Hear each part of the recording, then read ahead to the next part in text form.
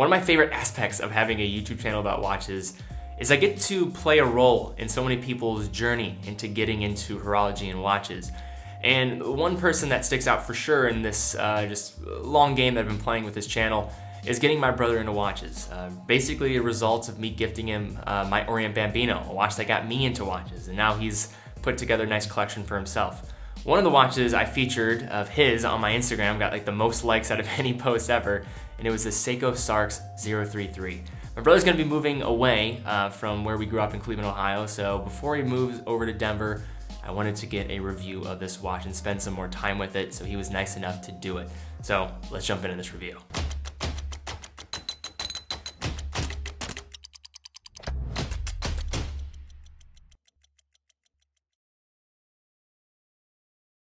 So the SARX line is a line from Seiko that I've been seeing mentioned more and more frequently, with the Sarbs of the world becoming a little bit harder to find and also being discontinued for a lot of them. For those that do not know, I own a SARX045. I did a full review on my channel as well, so I will link in the description for those that have not seen that.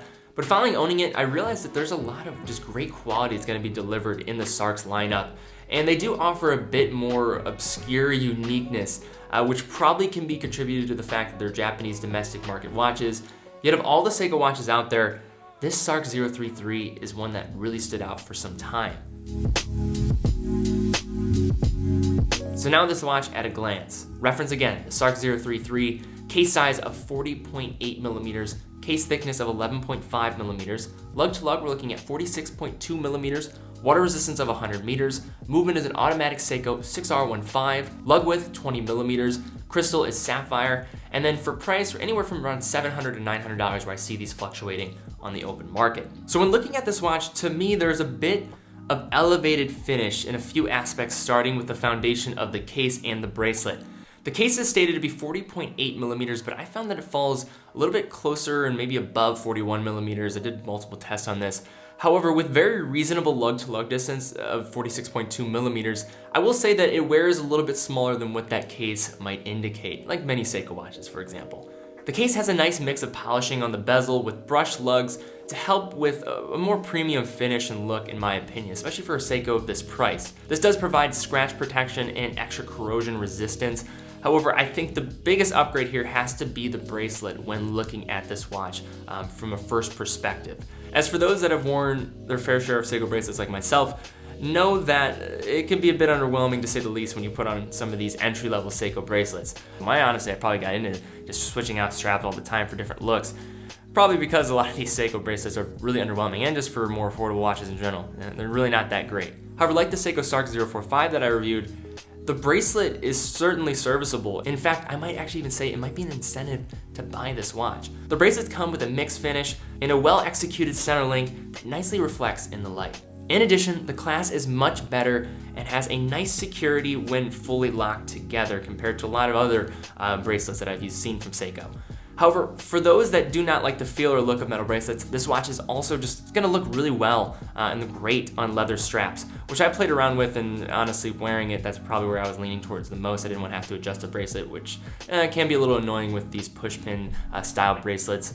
On my 6¼ inch wrist, I think it's a shade bigger than what I would like, but I still think it could work for a wrist of that size. So I think anybody from around, around a 6-inch wrist, around an 8-inch wrist could make this work. And just for reference again, for the just conversion, 15.9 centimeters here for people using the metric system for my wrist.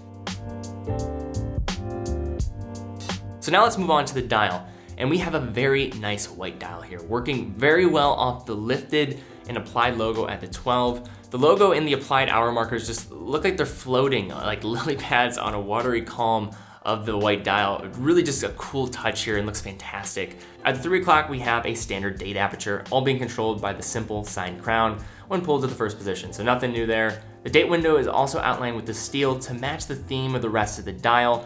This dial honestly reminds me quite a bit of the King Seiko that I used to own. It's a 5626-7110, and I had to, of course, sell, but a lot of similarities here, and kind of does have that, maybe next step in the kind of Seiko journey here and just quality standards that I think King Seiko represented in years prior. However, at the center of the dial, we have a real standout on this watch, which uses lovely blue dolphin hands. These are not heat treated from what I can tell. They look like they're rather painted, but still look fantastic. Looking at the watch straight on, they appear almost like a vivid bluish or even black.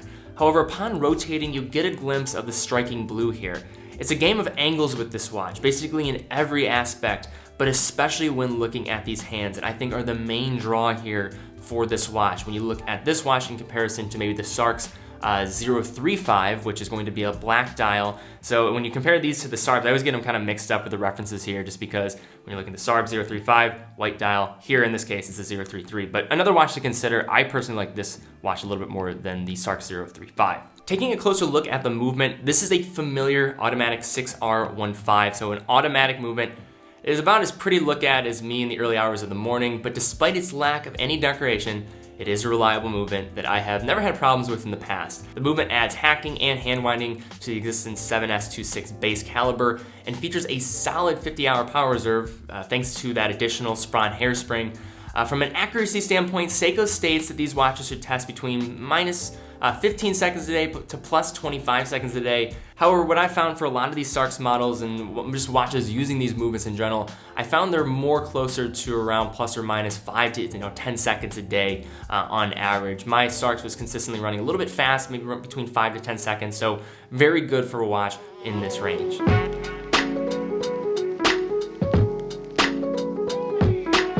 Looking at this watch, I think it's important to address the elephant in the room, let's just say that. And the fact that this watch, where it's going to retail at, is it actually worth more than, say, other SARX models or the Seiko Sarbs of the world that are going to be retailing around $500? And I don't know if I can answer that question, but I'll just say this. When looking at this watch, there's no question that the bracelet and the case finishing, when I get these in person, seems a bit elevated here. And with that creamy white dial and blue hands, I don't envy the guy that's trying to debate between this watch and maybe the Sarbs, because it is a tough decision. But those looking for an everyday watch under $1,000, for me, Seiko just delivers such great value, especially when being able to dress up and dress down. And this one is certainly in the running. It's just a matter of, do you want to go for where a lot of people are going with the Sarbs, or do you want to go for something that's a little bit more unique with this SARX033? And you also have to consider wrist size. If you have a larger wrist, this would be a really solid option for you to go for. Well, all right, big thank you to my brother for letting me just kind of borrow this watch, give it a review, and good luck. I'm glad this watch is going to be accompanying you when you go to Denver, so good luck there. And guys, if you like these reviews, if you want to see more reviews like this, what do you think of this watch? Leave just see comments down below. And then give this video a thumbs up, subscribe, and hit the bell icon. Also, head over to TeddyBaldassarre.com, get yourself a watch strap, and then also go to the link in the description. Buy a watch from Boz Watches, one of the best online retailers in the world. I just bought this watch, a 16570 Polar Explorer 2. Absolutely love it. Been just heavily in the rotation since purchasing it a few weeks ago. And then finally, if you want to join our watch giveaway, fill out that watch giveaway form and then follow me on Instagram. So guys, thank you again so much for watching. Be well, and I will see you all very soon.